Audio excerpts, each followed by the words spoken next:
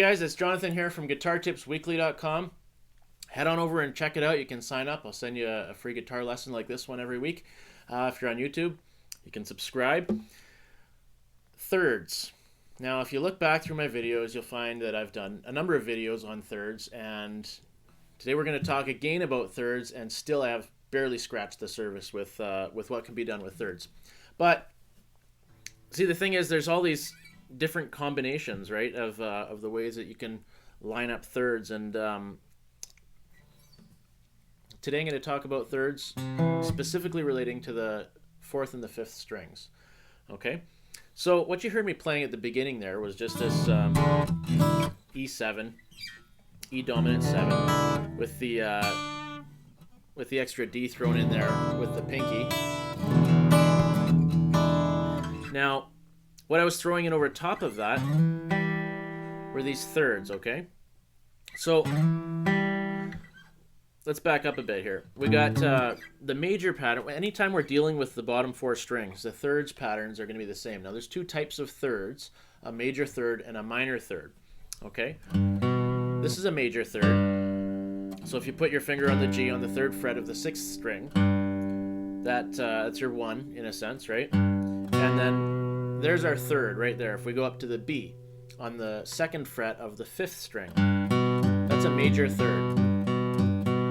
In G major, you'll see that major third is prominent right there at the beginning, right? For more on this, by the way, you can head on over to 145.com. I've got a good in-depth lesson that really kind of digs into how all these chords are built. But that's our major third pattern, okay? So if you want to look at it like the two fingers are kind of kitty-cornered to each other. Now, minor third pattern, all we're going to do is take this, the 3, and we're going to drop it by one semitone or one fret. So now we end up with a minor third.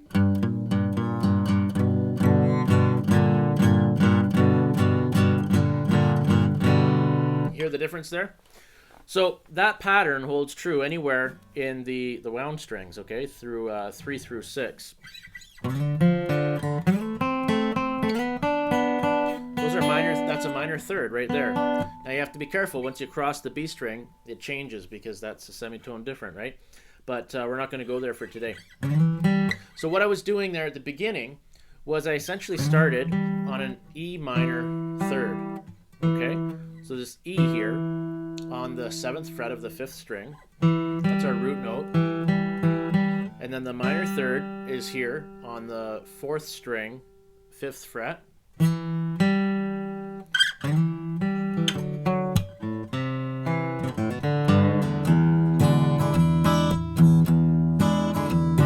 So we go minor third, then major third, then then major third again, and then that's a minor third and a major third. Okay, so now what's happening here? This is an E dominant 7th. Dominant 7th chords aren't major and they aren't minor, but they can kind of fill in as either one. In the blues, you often find them coming through as with a minor sound, right? And so in this particular example, we're treating it like we would in E minor. So we're playing chords out of the key of E minor or G major, the same difference. So what we've got here, your chords in E minor are E minor, D. So we got a D major here. Remember, there's a D here, 5th fret, 5th string, and then a C major, 3rd fret, 5th string, and B minor, 2nd fret, 5th string, and then an open D right there. And then we're coming down to a G major, which is, remember I showed you that earlier, G to B.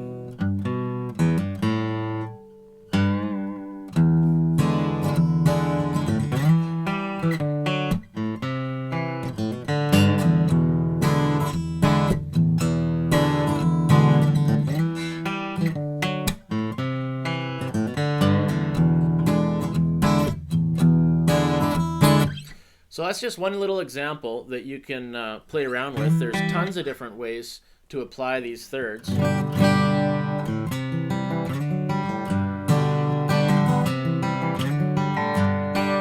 What I'm doing there is I'm using the third, the C major third, and I'm just using this G here as a drone. The open G, that is, third string.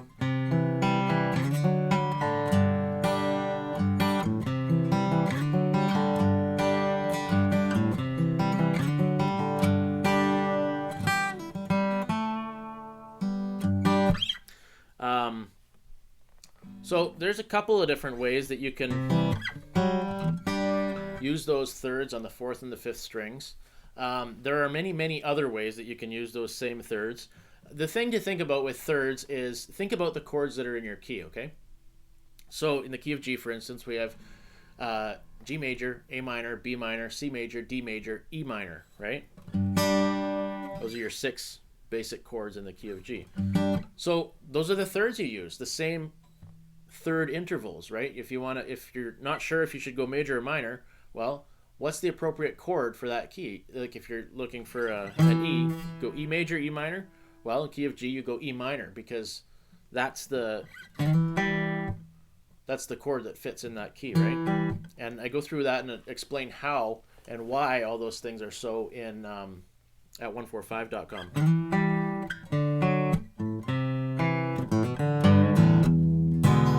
Now notice also one other quick note, you don't have to play these together to get that sound. And then at this point, it's more of a single note progression, right? But because the notes are following each other, so right there, you end up with this B minor third, and then you end up with this, that contrast between there, which is the G major third. So anyways, have some fun with that. Play it to death. Play it all over. Change the, change the key, change the tempo, the rhythm, whatever. Make it your own. Come up with something completely new and unique. Have a lot of fun with that. It's Jonathan here from GuitarTipsWeekly.com. If you head on over, I'll send you a free email lesson every week, and a free video lesson that is in your email. And have a good day.